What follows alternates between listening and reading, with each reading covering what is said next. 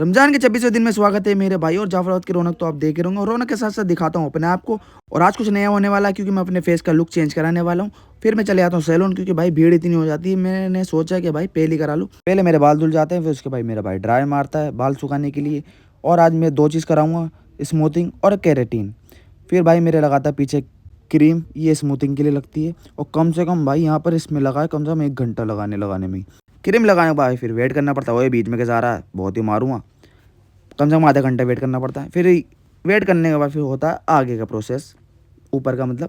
फिर यहाँ का भी हो जाता है। फिर यहाँ पर क्रीम का प्रोसेस ख़त्म हो जाता है। फिर ड्रायर मारता है क्योंकि यहाँ पर केराटिन चालू हो जाती है तुम्हारे भाई की। और भाई बालों से निकलता है धुआँ। अरे बाबा!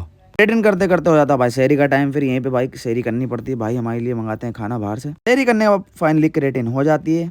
उसके बाद चले जाते हैं भाई हम नमाज़ पढ़ने के लिए। नमाज़ पढ़ने के बाद फिर आ जाता हूँ घर। घर आने के बाद सो के उठता हूँ 1:30 बजे। उठने के बाद जाता हूँ फिर नमाज़ के लिए।